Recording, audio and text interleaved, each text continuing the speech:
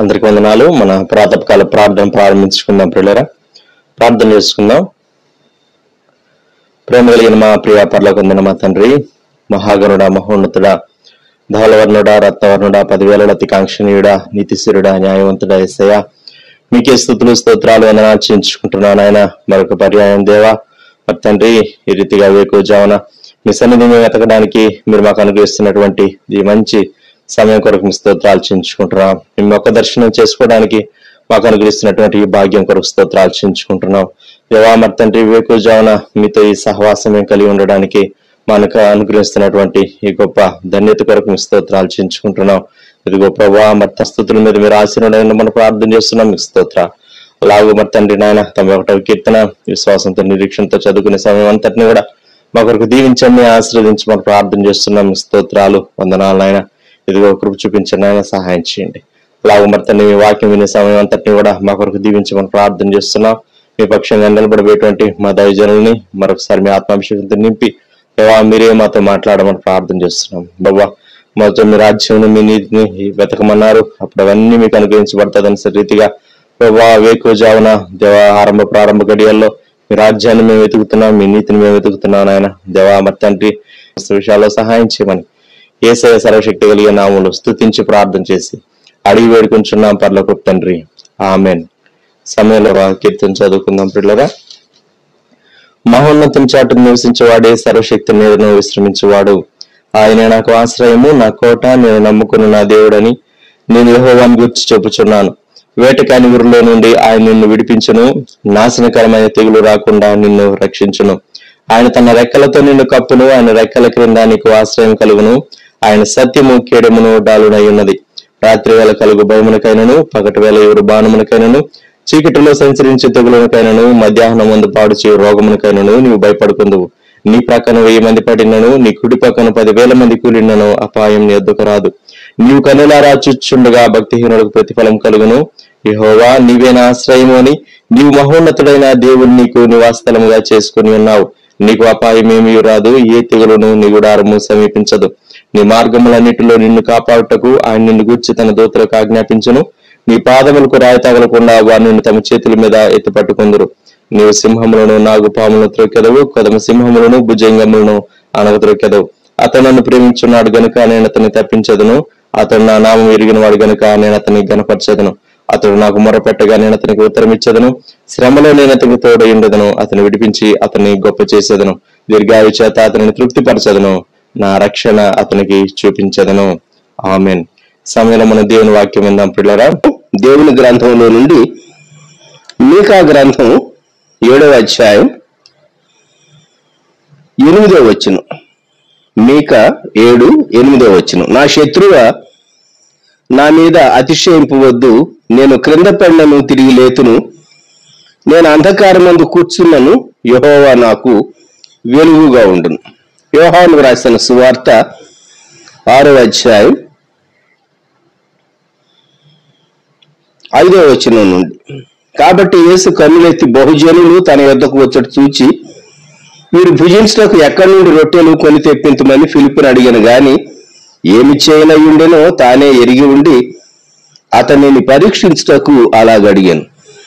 అందుకు ఫిలిప్పు వారిలో ప్రతివాడును కొంచెము కొంచెము పుచ్చుకొనుటకైనను 200 దేనారముల రొట్టెలు చాలవని ఆయనతో చెప్పాను. ఆయన శిష్యుల్లో ఒకడు, అనగా సీమోను పేతురు సహోదరుడైన అంద్రెయ, ఇక్కడ ఉన్న ఒక చిన్నవాని యొద్ద 5 యవలు రొట్టెలు 2 చిన్న చేపలు ఉన్నవి గాని ఇంతమందికి ఇవి ఏమాత్రమని ఆయనతో అనగా, నీ నుండి ఏ విధమైనటువంటి ధ్వని లేక ఏ విధమైనటువంటి స్వరం నీ నుండి వస్తూ ఉన్నది, లేక నీవేమి వింటూ ఉన్నావు? ఇది నా ప్రశ్న. నీవేం వింటూ ఉన్నావు, లేక ఏ విధమైనటువంటి స్వరం నీలో నుండి వస్తూ ఉన్నది? మనకు బాగా జ్ఞాపకం ఉండటం కొరకని 7 విధాలైనటువంటి ఆ సంగీతంలో సారి గమ పద ని అని ఉన్నాయి కదా, ఆ మొదటి అక్షరాలకు సంబంధించి ఆ అంశము అలాగూ బిగినయ్యేటట్లుగా నేను ఈ అంశాన్ని ఫ్రేమ్ చేసుకున్నాను. ఈ ఉదయకాల ధ్యానాన్ని సిద్ధం చేసుకోవటం జరిగింది. మొట్టమొదట కీర్తనకారుడు చెప్పినటువంటి మాట కీర్తన 118లో 15వ వచనంలో ఈ మాట వ్రాయబడింది. నీతిమంతుల గుడారముల్లో రక్షణను గూర్చిన ఉత్సాహ సునాదము వినబడును. యెహోవా దక్షిణ హస్తము సాహస కార్యములను చేయును. మనము దేవుని బిడ్డలంగా మనలో నుండి వినబడవలసింది దేవుడు అనుగ్రహించినటువంటి రక్షణను గూర్చి మంచి పాట, ఉత్సాహంతో కూడినటువంటి పాటలు కొన్నేమో సాడ్ టోన్తో స్టార్ట్ అవుతాయి, కొన్నేమో ఉత్సాహంగా స్టార్ట్ అవుతూ ఉంటాయి, కొన్నేమో గంభీరంగా స్టార్ట్ అవుతూ ఉంటాయి కదా. నోట్ కొన్ని పాటలు మనం పాడేటప్పుడు రండి ఉత్సాహించి పాడేదము చాలా హ్యాపీగా పాడతాం మనం. కొన్ని పాటలు పాడేటప్పుడు శ్రమలో అలసి కృంగినప్పుడు మన స్వరం లేకుంటే మనం తీసుకునేటటువంటి పాట ఆ రాగం కూడాను అలాగే ఉంటుంది.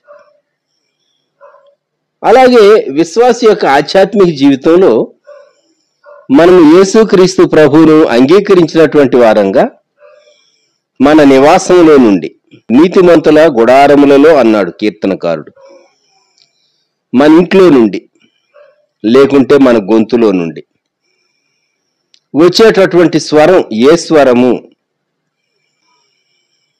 మనము దేవునికి స్తుతి చెల్లింపబద్ధులం కాదా? నీతిమంతుల గుడారములలో రక్షణను గూర్చిన ఉత్సాహ సునాదం వినబడును. ఎప్పుడు మనము ఉత్సాహంగా చక్కని పాట పాడగలము? సునాద గీతములు అని కొన్ని పాటల పుస్తకాలకు రక్షణ సునాద గీతములు అని హెడ్డింగ్ ఉంటుంది.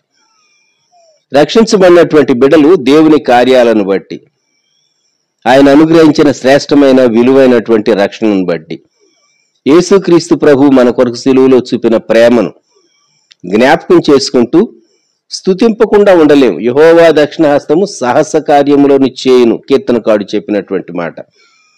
సో మొదటి ధ్వని సంతోష ధ్వని, సంతోష ధ్వని. సరే, రెండవ ధ్వని ఇది మన నుండి వచ్చే ధ్వని కాదు గాని దేవుని నుండి వచ్చేటటువంటి ధ్వని. యెషయా గ్రంథం 45వ అధ్యాయంలో 22వ వచనం, భూదిగంతముల నివాసులారా నా వైపు చూచి రక్షణ పొందుడి, దేవుడను నేనే, మరి ఏ దేవుడును లేడు. గంతముల నివాసులారా, అన్ని దిక్కుల్లో ఉన్నటువంటి వారులారా నా వైపు చూచి రక్షణ పొందుడి అని దేవాది దేవుడు సృష్టికర్త పిలుస్తూ ఉన్నాడు. యెహోవా దేవుని స్వరం విని మనం ఈ ఉదయకాలం ఇంకా ప్రభు హృదయం ఇచ్చుండకపోతే ప్రభు హృదయం ఇవ్వటం ఎంత మంచిది. రిక్తుడైనటువంటి పాపికి ఇది శ్రవణానంద సుమధుర సువార్త ధ్వని అని చెప్పవచ్చు. మరలా చెప్తున్నాను, ఇది సువార్త ధ్వని, సుమధుర సువార్త ధ్వని, శ్రవణానంద సుమధుర సువార్త ధ్వని. పాపికి శ్రవణానంద సుమధుర సువార్త ధ్వని, రిక్తుడైన పాపికి శ్రవణానంద సుమధుర సువార్త ధ్వని. కోవిడ్ పోయిందట, ఇక కోవిడ్ ఎఫెక్ట్ లేదట అని వినబడింది అనుకోండి, అమ్మయ్య అని ఊపిరి పీల్చుకుంటాం, దీర్ఘంగా నిట్టూరుస్తాం. దేవునికి స్తోత్రం అని కూడా మనలో నుండి రావచ్చు. ఒక కీడు దాటిపోయింది అంటే చాలా సంతోషంగా మనం ఫీల్ అవుతాం. మరి అన్నిటికంటే విలువైనది, శ్రేష్టమైనది, శాశ్వతమైనది రక్షణ. దేవుడు అనుగ్రహించే రక్షణ ప్రభువైన యేసుక్రీస్తు ద్వారా, ఆయన సిలువలో మన కొరకు బలియాగంగా అర్పించబట్టు ద్వారా చేయబడినటువంటి రక్షణ కార్యం ఇంకా ఎవరి హృదయాల్లో జరగలేదో వారు యేసయ్యకు హృదయాన్ని అప్పగించడం ఎంత ధన్యమైనది. భూ దిగంతముల నివాసులారా నా వైపు చూచి రక్షణ పొందుడి, దేవుడను నేనే, మరి ఏ దేవుడును లేడు. అలాగే మత్తయి వ్రాసినటువంటి సువార్తలో యేసుక్రీస్తు ప్రభువారు ఇచ్చినటువంటి రక్షణ ఆహ్వానాన్ని మనము జ్ఞాపకం చేసుకుంటే మత్తయి సువార్త 11:28లో ప్రయాసపడి భారం మోసుకొనుచున్న సమస్తమైన వారులారా నా యొద్దకు రండి, నేను మీకు విశ్రాంతి కలుగు చేతును. చాలా మార్లు సమస్యలు తనను బాధించినప్పుడు, సమస్యలు తనను వేధించినప్పుడు నిశ్చయంగా మనిషి అలసిపోయి తాను ఏం కోరుకుంటాడంటే కొంచెం రెస్ట్ తీసుకుంటే బాగుంటుంది అని కోరుకుంటాడు. ప్రభు అంటూ ఉన్నాడు, పాపభారం విడిచి నేనిచ్చే విశ్రాంతి. ఏ పాపమైనా సరే, బలహీనత అయినా సరే, నీ మనస్సులో అనగా నీ ఆలోచనలో, నీ హృదయంలో చోటు చేసుకుంటే అది నీకు అన్రెస్ట్ కలిగిస్తుంది, నేను డిస్టర్బ్ చేస్తుంది, కుదురుగ్గా ఉండనివ్వదు. పాపం మనిషిని ఎంత కలత పెడుతుందో ఒకసారి జ్ఞాపకం చేసుకో. దేవుడు అంటూ ఉన్నాడు, పాప భారం నుండి, పాపం కలిగించే తొందరల నుండి, పాపం కలిగించే నెమ్మది లేని స్థితి నుండి నీకు నేను విశ్రాంతి ఇస్తాను అని ప్రభువైన యేసుక్రీస్తు వారు సెలవిస్తూ ఉన్నాడు. ఈ ఉదయకాలం ప్రభువారు చెప్పేటటువంటి మాట మనం జ్ఞాపకం చేసుకుంటూ, ప్రియ ప్రభువా, నీవు అనుగ్రహించేటటువంటి శ్రేష్టమైన విలువైనటువంటి రక్షణను బట్టి నీకు వందనములు, స్తోత్రములు అని యేసయ్యను హృదయంలో చేర్చుకొనని వారు చేర్చుకోవటానికి ఇది చాలా శ్రేష్టమైనటువంటి తరుణం. ఎవరైతే ఆయన బిడ్డలుగా జీవించి ఆయన చిత్తానుసారంగా శ్రమల్లోనికి వెళతారో, పద్మసు ద్వీపంలో శ్రమలలో ఉన్నటువంటి భక్తునికి ఒక స్వరం వినబడింది. ప్రకటన గ్రంథం 1వ అధ్యాయం 15వ వచనంలో ఆయన కంఠస్వరము విస్తార జల ప్రవాహముల ధ్వని వలె ఉండెను. ఎవరి కంఠస్వరము అంటే యేసయ్య కంఠస్వరం. ఎక్కడ కనిపించాడు? పద్మస్ ద్వీపంలో. ఎప్పుడు కనిపించాడు? ప్రభు దినంలో కనిపించాడు. యోహాను ఏ స్థితిలో ఉన్నప్పుడు కనిపించాడు? నిండు వృద్ధాప్యంలో, పండు వృద్ధాప్యంలో, మహాశ్రమలో ఉన్నప్పుడు. అందుకే 9వ వచనంలో 1వ అధ్యాయం ప్రకటన, యేసును బట్టి కలుగు శ్రమలోను రాజ్యములోను సహనములోను పాలివాడను. శ్రమ మనకి ఏమి నేర్పిస్తుంది? సహనం నేర్పిస్తుంది. నేర్చుకుంటున్నామా? శిష్యుడైనటువంటి యోహాను యేసుక్రీస్తు ప్రభు రొమ్మున ఆనుకున్నటువంటి ప్రియమైనటువంటి శిష్యుడు. గంభీరమైనటువంటి స్వరాన్ని తాను వింటూ ఉన్నాడు. విస్తార జల ప్రవాహముల ధ్వని వలె ఆయన కంఠస్వరం. మీరు ఎప్పుడైనా కాలువల దగ్గరకు వెళితే, లేక పెద్ద నదుల దగ్గరకు వెళితే, లేకుంటే డ్యామ్స్ ఆనకట్టల దగ్గరకు వెళితే, లాక్స్ దగ్గరకు వెళితే, ఆ ప్రవహించే నీరు, దాని శబ్దం కొన్ని మార్లు మనకు అర్థమవుతూ ఉంటుంది. కొన్నేమో నెమ్మదిగా ప్రవహిస్తూ ఉంటాయి, కొన్నేమో సమయాల్లో ఒరవడిగా ప్రవహిస్తూ ఉంటాయి. ఒరవడిగా ప్రవహించేటప్పుడు ఆ శబ్దం, నీటి శబ్దం అర్థమవుతుంది, తెలిసిపోతుంది.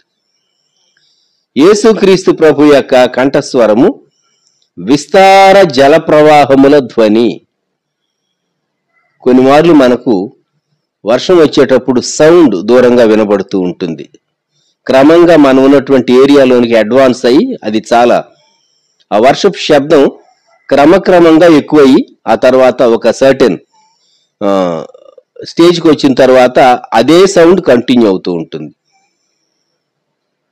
ఇక్కడ ధ్వని ఏమని వినబడుతున్నదంటే విస్తార జల ప్రవాహముల ధ్వని.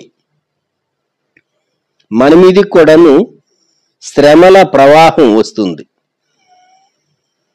జే దేవరాజు గారు రాసినటువంటి పాటలో శ్రమల ప్రవాహపు సుడులే వడిగా నన్ను పెనగొనగా కల్వరిలో ఆదరించు ఆదరించు ఆదరించు, నా ప్రియ యేసు రాజా ఆదుకో నన్నెప్పుడు, శోధనలో వేదనలో నిన్ను వీడి పోనీయకు.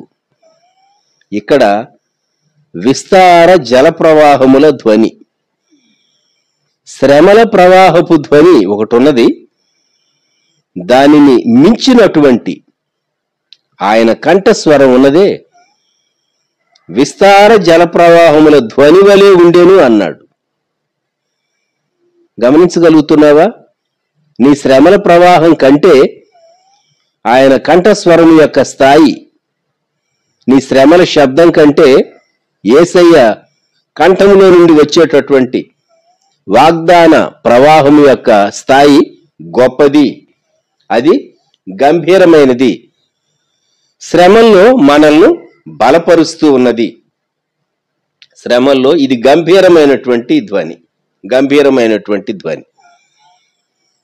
అంతేకాదు, కొన్ని మార్లు మనము శ్రమలలో ఉన్నప్పుడు ఏమి చేయాలి, ఏ నిర్ణయం తీసుకోవాలి, డెసిషన్స్ అనేవి చాలా ప్రాముఖ్యమైనవి. నేను ఏ ఇంట్లో నివసించాలి, లేక ఏ ఇల్లు అద్దెకు తీసుకోవాలి, లేక ఏ ఇల్లు కొనుక్కోవాలి, ఏ అపార్ట్మెంట్ కొనుక్కోవాలి, ఏ స్థలం కొనుక్కోవాలి, ఏ జాబ్లో ప్రవేశించాలి, నేను ఏ కెరియర్ను చూజ్ చేసుకోవాలి అనేటటువంటి విషయాలు ప్రతివారు ఫేస్ చేస్తూ ఉంటారు.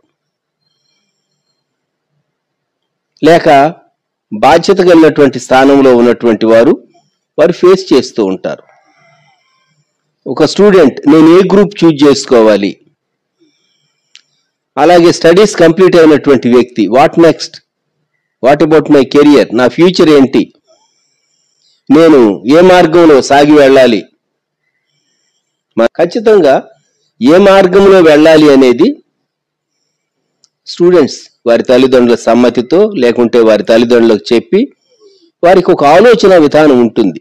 ఏ కోర్సెస్, ఏ స్టడీ, ఏ బ్రాంచ్, ఏ కాలేజ్, ఇటువంటి అనేక విషయాలు వారు మార్గనిర్దేశం, ఒక డెసిషన్ ఏ వేలో వెళ్ళాలో వారు తీసుకుంటూ ఉంటారు. అయితే దేవుని గ్రంథం మనకేం సెలవిస్తూ ఉన్నదంటే, మనం క్రాస్ రోడ్స్ దగ్గర నిలవబడినప్పుడు ఏ నిర్ణయం తీసుకోవాలో ఈ నిర్ణయాల విషయంలో మనకు చాలా చక్కగా ప్రభు ఎలాగో సహాయం చేస్తాడో యెషయా గ్రంథం 48వ అధ్యాయం 17వ వచనం, నీ విమోచకుడును ఇశ్రాయేలు పరిశుద్ధ దేవుడునైన యెహోవా ఇలాగు సెలవిచ్చుచున్నాడు, నీకు ప్రయోజనము కలుగునట్లు నీ దేవుడనైన యెహోవానగు నేనే నీకు ఉపదేశము చేయుదును, నీవు నడవవలసిన త్రోవను నిన్ను నడిపించుదును. ఎంత చక్కని ఆదరణకరమైన ప్రోత్సాహకరమైనటువంటి మాట. యెషయా గ్రంథంలోనే 30వ అధ్యాయం 21వ వచనంలో ఈ మాట, ఈ వాగ్దానం మనల్ని బలపరుస్తూ ఉంది. మీరు కుడి తట్టైనను ఎడమ తట్టైనను తిరిగినను ఇదే త్రోవ, దీనిలో నడువుడి అని నీ వెనుక నుండి ఒక శబ్దము నీ చెవులకు వినబడును. ఎంత చక్కని వాగ్దానం అండి. ఒక పాట ఉన్నది, ఉన్నత స్థలములపై ఎక్కించి చూపించు ప్రభు అనేటటువంటి పాటలో కుడికి తిరిగినను మరి ఎడమకు తిరిగినను నడువుడి త్రోవ ఇదే అను శబ్దము చెవులకు వినబడును, చెవులకు వినబడును అని ఈ వాక్యాన్నే అక్కడ వచనంలో పెట్టారు. కుడి తట్టు తిరిగినా ఎడమ తట్టు తిరిగినా దేవుడు చెప్తాడు, దిస్ ఈజ్ ద వే, ఇదే త్రోవ, దీనిలో నడువుడి. ఎక్కడి నుండి వినబడుతుంది? వెనక నుండి వినబడుతుంది. మనల్ని బలపరిచి నువ్వు ముందుకే సాగిపో. ఇది మార్గ నిర్దేశ ధ్వని, మార్గ నిర్దేశ ధ్వని. కొంతమంది పెద్దవాళ్ళు అయినటువంటి వాళ్ళు, రిటైర్ అయిన వాళ్ళు, వారి స్కూల్ డేస్ను గూర్చి వారు జ్ఞాపకం చేసుకుని వారు ఏమంటారంటే, ఆ దినాల్లో మేము చదువుకునేటప్పుడు మాకు ఇంత వివరంగా లేకుంటే ఇన్ని విషయాలు కెరియర్ను గూర్చి మాకు చెప్పినటువంటి వారు ఆ దినాల్లో లేరండి, మేమున్నటువంటి గ్రామంలో, మేమున్నటువంటి ప్రాంతంలో, లేక మేము ఎవరితో కాంటాక్ట్లోనికి వచ్చామో అటువంటి వారు మాకు సలహా చెప్పగలిగినటువంటి వారు ఆ దినాల్లో మరి ఇంత ఇంటరాక్షన్ లేదు ప్రజలతో, లేకుంటే ప్రజలకి ఇంత అవేర్నెస్ లేదు, ఇంత నాలెడ్జ్ లేదు అని చెప్పేసేసి కొందరు అనవచ్చు. మార్గ నిర్దేశ ధ్వని. వివాహ వయసులో ఉన్నటువంటి వారు, దేవా నా భవిష్యత్తును గూర్చి నీ ఏర్పాటు ఏంటి అని ఎంతో కనిపెడుతూ ఉంటారు. వారి తల్లిదండ్రులు వారి కొరకు ప్రార్థిస్తూ ఉంటారు. తెలిసినటువంటి దైవజనులను, విశ్వాసులను, మా కుమారుని కొరకు, మా కుమార్తె కొరకు, వారి భవిష్యత్తు కొరకు దయచేసి ప్రార్థన చేయండి అని కోరుతూ ఉంటారు. దేవుడు కరెక్ట్గా నడిపించాలి. కరెక్ట్గా నడిపించినప్పుడు యవన బిడ్డలను తల్లిదండ్రులైనటువంటి వారు యుక్తమైనటువంటి వయస్సులో చక్కగా దేవుని చిత్తమును కనుగొని, కుమారులు కానీ కుమార్తెలు కానీ వారిని లైఫ్లో సెటిల్ చేసే విషయాల్లో మన ఇండియన్ సొసైటీ, మన ఇండియన్ కల్చర్లో బిడ్డలు తల్లిదండ్రులతో కూడా కలిసి నిర్ణయం తీసుకుంటారు. కొన్ని మార్లు తల్లిదండ్రుల యొక్క నిర్ణయమే ఎక్కువ పర్సెంటేజ్ కూడా ఉంటుంది. అయినా అందరూ కలిసే ప్రార్థన చేసే నిర్ణయం చేస్తారు. దిశానిర్దేశం అనేది ఏ మార్గంలో వెళ్ళాలి, ఏ డైరెక్షన్లో వెళ్ళాలి అనేది చాలా ప్రాముఖ్యమైంది. కొన్ని మార్లు కొన్ని నిర్ణయాలు, తప్పు నిర్ణయాలు, అనాలోచిత నిర్ణయాలు, దేవుని అడుగునటువంటి నిర్ణయాలు తీసుకుని మన జీవితంలో ఎంత నష్టపోయాము అని వెనుదిరిగి చూసుకుంటే చాలా దుఃఖం కలుగుతుంది. అంతేకాదు నీ హెల్త్ కూడా చాలా అప్సెట్ కావచ్చు. తీసుకునేటటువంటి నిర్ణయాలు, మార్గనిర్దేశం కరెక్ట్గా చేసేటటువంటి స్వరాన్ని మనము వినకపోతే రిక్తుడైన పాపికి శ్రవణానంద సుమధుర సువార్త ధ్వని గూర్చి మనం జ్ఞాపకం చేసుకున్నాం. గంభీర ధ్వని గూర్చి మనం విన్నాం. దేవుని స్వరమే మార్గనిర్దేశం చేసేటటువంటి స్వరమని యెషయా గ్రంథ వాగ్దానాలు చూచాం.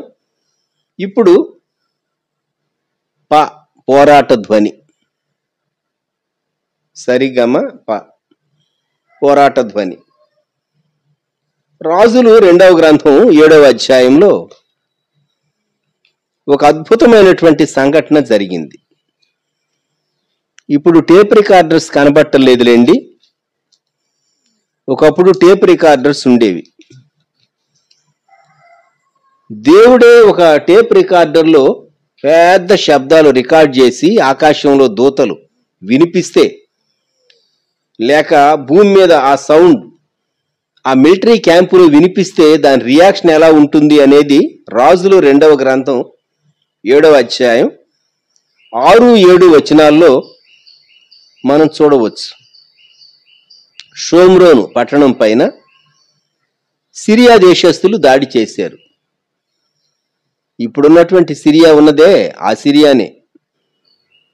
2వ రాజులు 7:6 యెహోవా రథముల ధ్వనియు, గుర్రముల ధ్వనియు, గొప్ప సమూహపు ధ్వనియు సిరియనుల దండునకు వినబడునట్లు చేయగా వారు మన మీదికి వచ్చుటకై ఇశ్రాయేలు రాజు హిత్తీయుల రాజులకును ఐగుప్తీయుల రాజులకును బతిమిచ్చి ఉన్నాడని సిరియనులు ఒకరితో ఒకరు చెప్పుకొని లేచి తమ గుడారముల్లోనైనను, గుర్రముల్లోనైనను, గాడిదల్లోనైనను, దండుపేటలో ఉన్న వాటిలో ఏమీయూ తీసుకొనకే తమ ప్రాణమును రక్షించుకొనుట చాలుననుకొని సంధ్య చీకటిని ఉన్నది ఉన్నట్లుగా పేట విడిచి పారిపోయిరి.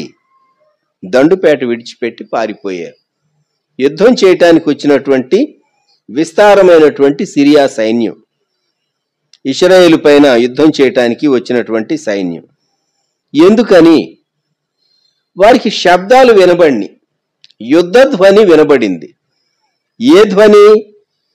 రథముల గుర్రపు శబ్దాలు, గుర్రపు డెక్కల చప్పుళ్ళు, రథచక్రాల యొక్క చప్పుడు వారికి వినబడింది. రథముల ధ్వని, గుర్రముల ధ్వని. వీరు యుద్ధం చేసేవారు కాబట్టి వీరికున్న నాలెడ్జ్ ఏమిటి అంటే గుర్రముల డెక్కల చప్పుళ్ళు వీరికి తెలుసు. రెండో, రథముల ధ్వని, రథచక్రాలు, వేగంగా పరిగెత్తేటటువంటి రథచక్రాల ధ్వని వీరికి తెలుసు. దేవుడు ఏం చేశాడు? పెద్ద పెద్ద శబ్దాలు, ఎన్ని వేల మంది సైన్యం, వారి శక్తిని, వారి సైన్యాన్ని మించినటువంటి సైన్యం. ఈ శబ్దాలు వినబడితే వాళ్ళు లేచి యుద్ధానికి సిద్ధపడి ముందుకు రావాలి. ఎవరో మా మీద దాడి చేయబోతూ ఉన్నారు కనుక మేము సిద్ధపడాలి అని వితిన్ మినిట్స్ మనపక్షంగా దేవుడు యుద్ధం చేస్తాడు. అయితే నీవు కూడా చేయవలసినటువంటి ఒక యుద్ధం ఉన్నది, లేక నీవు కూడా పోరాడేటటువంటి ఒక పరిస్థితి ఉంటూ ఉన్నది. రోమీయులకు రాయబడినటువంటి పత్రికలో పౌలు భక్తుడు ఒక పోరాటాన్ని గురించి చెప్పాడు. రోమా పత్రిక 7వ అధ్యాయం 18వ వచనం నుండి, నాయందు అనగా నా శరీరమందు మంచిది ఏదియో నివసింపదని నేను ఎరుగుదును. మేలైనది చేయవలనను కోరిక నాకు కలుగుతున్నది కానీ దాన్ని చేయుట నాకు కలుగట్లేదు. నేను చేయగోరు మేలు చేయక చేయగోరిని కీడు చేయుచున్నాను. నేను కోరని దానిని చేసిన ఎడల దానిని చేయనది నా యందు నివసించు పాపమే గాని ఇకను నేను కాదు. కాబట్టి మేలు చేయగోరు నాకు కీడు చేయట కలుగుతున్నదని ఒక నియమము నాకు కనబడుచున్నది.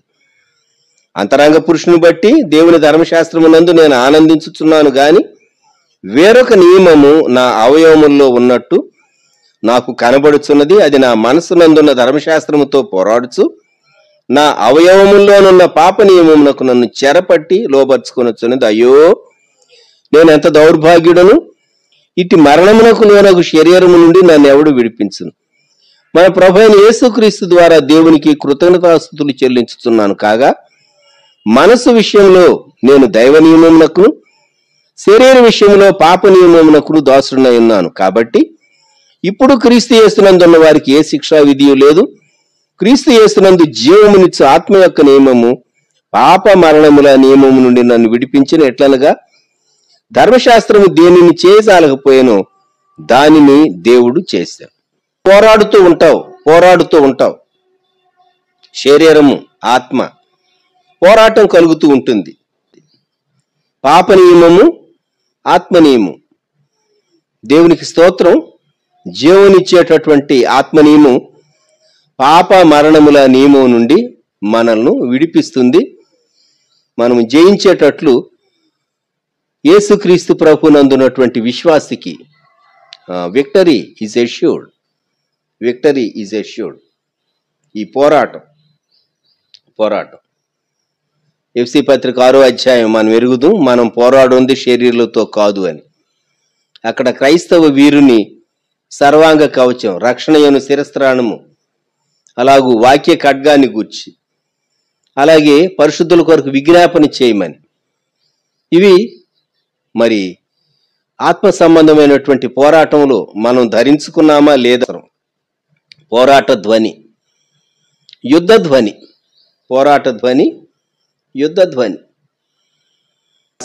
విశ్వాసి లోకంతో, శరీరంతో పోరాడుతూ ఉన్నాడు, అంధకార శక్తులతో పోరాడుతూ ఉన్నాడు. కనబడనటువంటి శత్రువు మన మీద దాడి చేస్తూ ఉంటాడు. కొన్ని మార్లు మనకు అనిపిస్తుంది, సైతానా ఇది నీ పని, నాకు ఒక నష్టం కలిగింది, సైతానా ఇది నీ పని. నేను 7-8 విషయాలు చేయాలనుకున్నాను, కొన్నే చేశాను, కొన్ని మర్చిపోయాను. మతి మరుపు కూడా కొన్ని మార్లు సాతాను మన కాన్సన్ట్రేషన్ డిస్టర్బ్ చేస్తూ ఉంటుంది, మన ఆలోచనలను సైడ్ ట్రాక్ చేస్తూ ఉంటుంది. ఎఫ్సి పత్రిక 6వ అధ్యాయంలో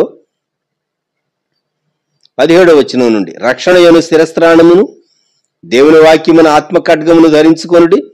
ఆత్మ వల్ల ప్రతి సమయమునందును ప్రతి విధమైన ప్రార్థనను విజ్ఞాపనను చేయొచ్చు. ఆ విషయమై సమస్త పరిశుద్ధుల నిమిత్తమును పూర్ణమైన పట్టుదలతో విజ్ఞాపన చేయొచ్చు. మెలకువగా ఉండు. పోరాట ధ్వని, యుద్ధ ధ్వని, యుద్ధం. మనం యుద్ధ భూమిలో ఉన్నాం.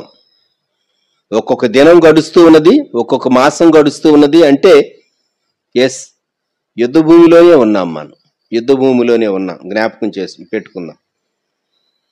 ఆ తర్వాత దూత శబ్దం, దూత శబ్దం. ఏ దూత శబ్దము అంటే దెస్సలోనిక పత్రికలో పౌలు భక్తుడు మొదటి పత్రిక 4వ అధ్యాయం 16వ వచనం, ఆర్భాటముతోను ప్రధాన దూత శబ్దముతోను దేవుని బూరతోను పరలోకము నుండి ప్రభువు దిగి వచ్చును. దూత శబ్దం, దీనిని ఆర్భాట సమన్విత రాకడ ధ్వని అని నేను పిలవటానికి ఇష్టపడుతూ ఉన్నాను. ఎందుకంటే ఆర్భాటముతో ప్రభు దిగి వస్తాడని ఉన్నది, ప్రధాన దూత శబ్దంతో ప్రభు వస్తాడని ఉన్నది. ఇది రాకడ ధ్వని. వినబడుతూ ఉన్నదా రాకడ ధ్వని? రాకడ ధ్వని వినబడుతూ ఉన్నదా? ఇవి రాకడ దినాలు. యుద్ధములను గూర్చి, యుద్ధ సమాచారాలను గూర్చి మీరు వింటారని ప్రభు చెప్పాడు. అధునాతనమైనటువంటి యుద్ధాలు. ఒకప్పుడు యుద్ధ నియమాలు పురాతన కాలంలో అవి వేరుగా ఉండేవి. ఇప్పుడు యుద్ధాలను గూర్చి మనం చూసేటటువంటి మీడియా దృశ్యాలు, ఆకాశంలో ఒక విమానం ఎగురుతూ ఉంటుంది, బాంబ్స్ వేస్తూ ఉంటారు. అంతే. డ్రోన్లు ఎగురుతూ ఉంటే బాంబ్స్ వేస్తూ ఉంటారు. ఎంత మారిపోయింది! రాకడ ధ్వని వినబడుతూ ఉన్నదా మనకు? దేశమంతటా పువ్వులు పూసినవి, పిట్టలు కోలాహలం చేయ కాలం వచ్చెను, పావుర స్వరము మన దేశంలో వినబడుచున్నది.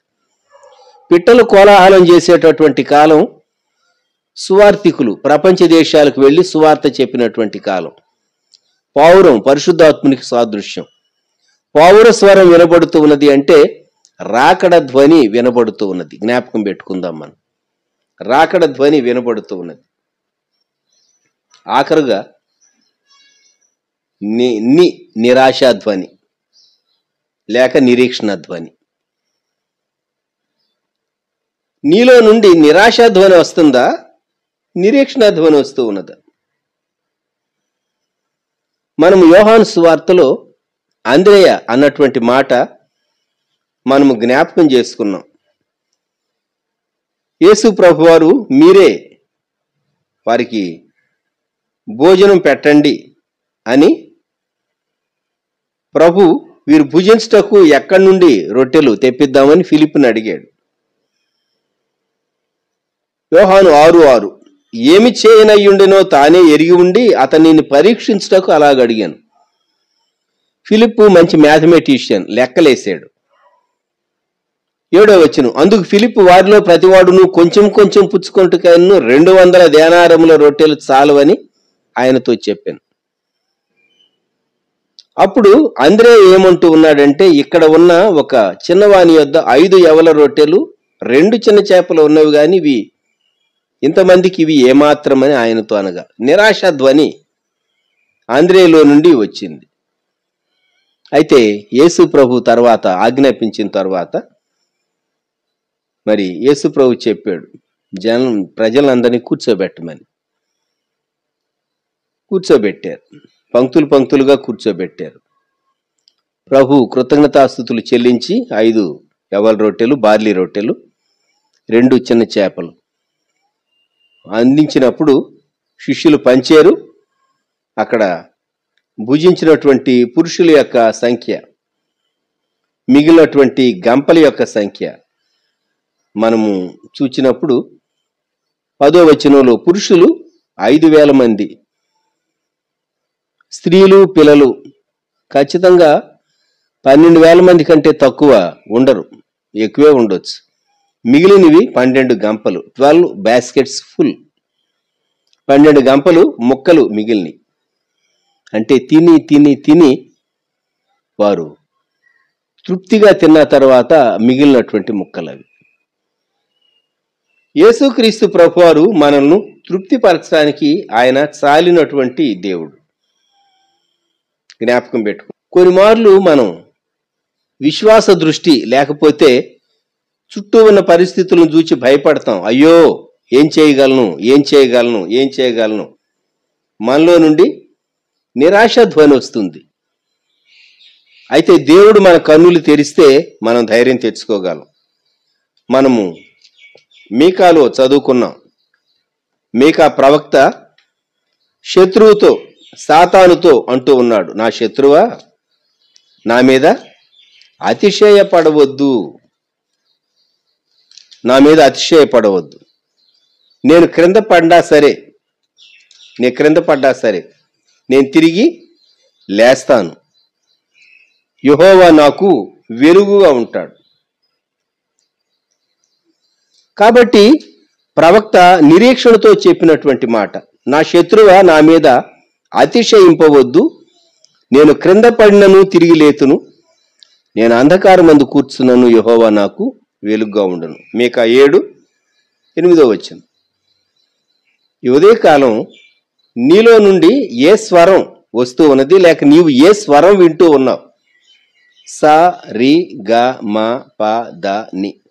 స సంతోషధ్వని, రి రిక్తుడైనటువంటి పాపికి శ్రవణానంద సుమధుర సువార్త ధ్వని, గ గంభీర ధ్వని, మ మార్గనిర్దేశ ధ్వని, ప పోరాట ధ్వని,